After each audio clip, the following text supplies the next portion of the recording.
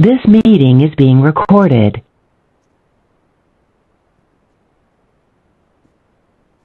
Hi, good day to everyone. Welcome to our video presentation based on case study 1. The title is The Success Story of Digital Learning in Malaysia. My name is Chen and my metric number is 298089. Let's introduce ourselves.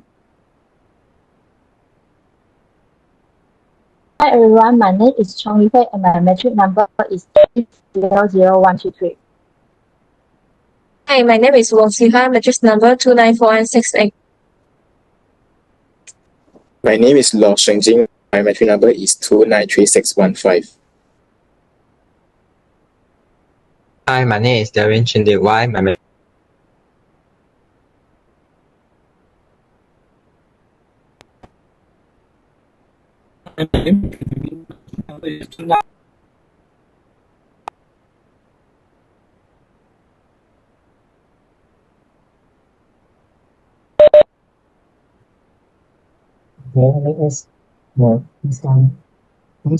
COVID-19 had a major impact on education system around the world, and Malaysia was no exception. Overnight, both students and teachers were forced to transition from traditional classroom learning to online learning. This sudden change came with many challenges, but also opened new opportunities for growth, innovation, and inclusivity. In today's video, we will be discussing three main areas of this case study. First, the challenges faced by both teachers and students during the shift to digital learning. Second, the role and effectiveness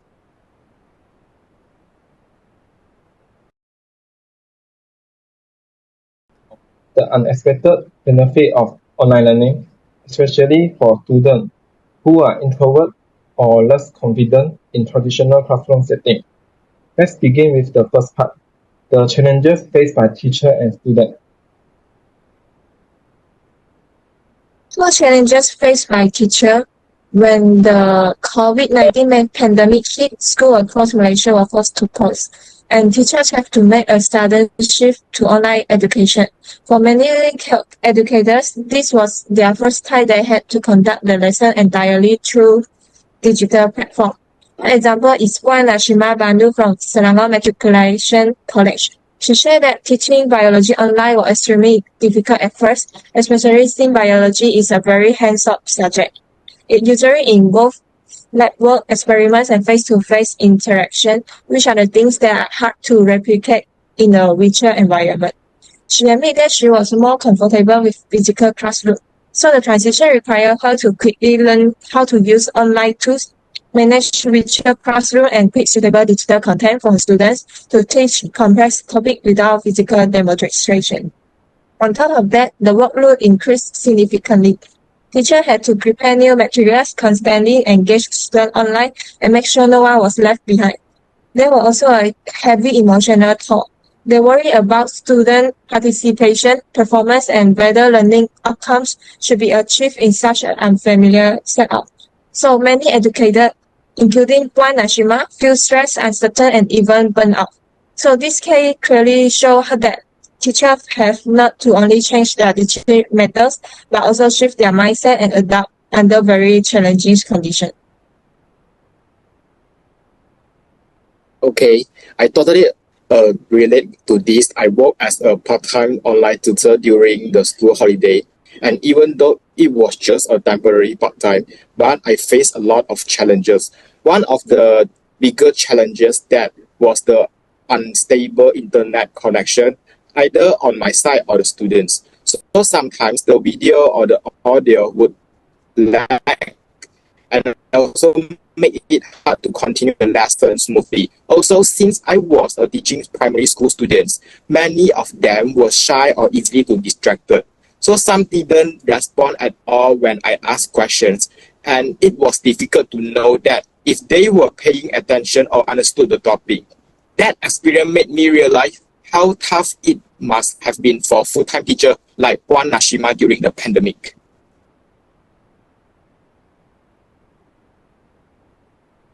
Okay, so not only teacher who face challenge, but students also through many difficulty too. The first issue is connectivity and device issue. Many families had just one phone and computer, and siblings had to take turn attending classes. Often the Wi-Fi signal would drop at the worst moment. Some kids even have to go to outside just to get a decent connection, while others have to wait anxiously for their turn to join the next class. Next, the study environment and keyboard skill. Most of the students didn't have a quiet place to focus. Younger sibling crying made it hard to concentrate. For those unfamiliar with typing, assignments take much longer because they have to turn and back at the keyboard while trying to ignore the distraction. Lastly, limited parental support and platform overload added to the struggle. Parents were busy juggling work and household duty, and often unfamiliar with the syllabus. Meanwhile, students have to switch between the Zoom, Google Classroom, and other platforms. Losing a password or missing a link could mean missing an entire day lesson. Okay, I'm totally agree with what Delvin just said. But I'm going to talk about 2 points, which is the study environment and the connectivity issue. Okay, first, when we go to the connectivity issue, the students who grow in a city like KL or JB may not face the problem of connectivity. But the students who live in remote place or Sabah Sarawak, they maybe cannot attend to online class because of the unstable internet connection. Okay, let's come to the second point, which is the study environment. Let's imagine that if you having your online class in the living room and your mother just switch on the TV and open Netflix, how can you focus on your online class? That's it.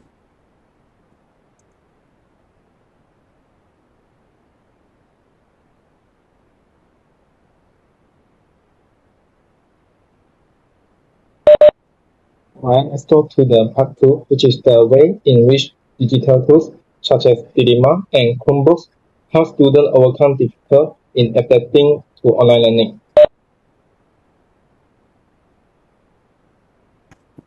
Okay, my answer from the question 2, my answer is encourage independent learning and digital literacy.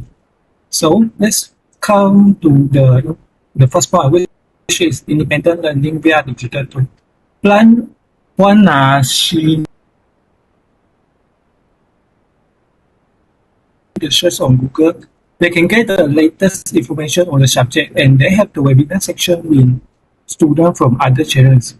So from this sentence, we can note that a student quickly get to use the Lima, and also the digital tools enable students to explore subject beyond textbook like through Google search, webinar, and QR code link resources, and also fostering self-direct learning.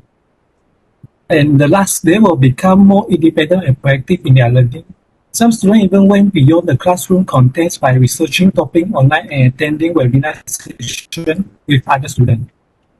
So the second point is introvert student thriving digitally. So the case study states that I gotten some online gaming activity and assignment, and this group of Form 1 students who are introvert, they were the first to complete the assignment. So for introvert students, platform like the Lima and interactive assignment of Chromebook provide a comfortable place to engage, express themselves, and complete tasks more efficiently.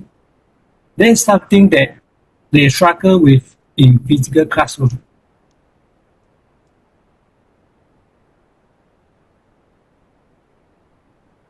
I agree with Jiming's point, but I have to add on something. Besides the fostering independent learning, Dilemma and Chromebook also help students develop collaboration skills.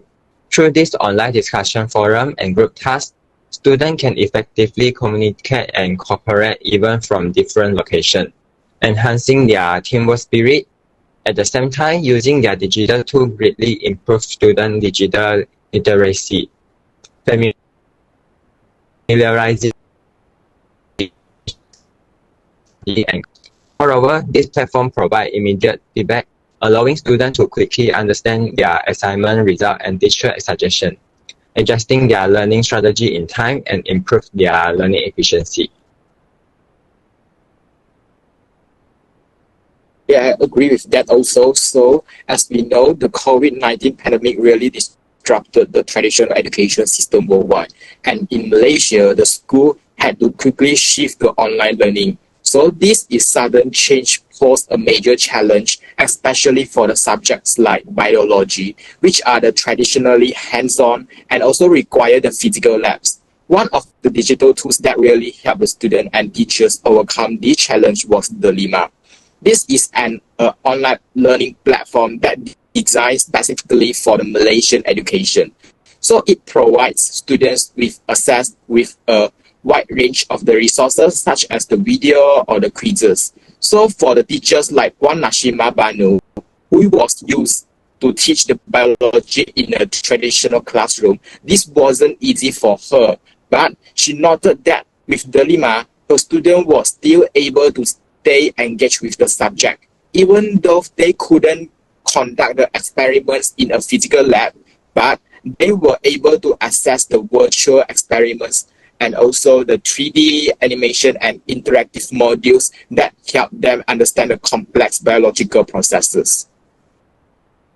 Totally agree. It's amazing how tools like DELVWYNN help students keep engaged and allow them to learn in a new way. Puan Nashima's experience shows how digital tools can make even hands-on subjects like biology more accessible and interesting. Even more physical labs were not possible. This virtual resource help fill that gap and keep students curious.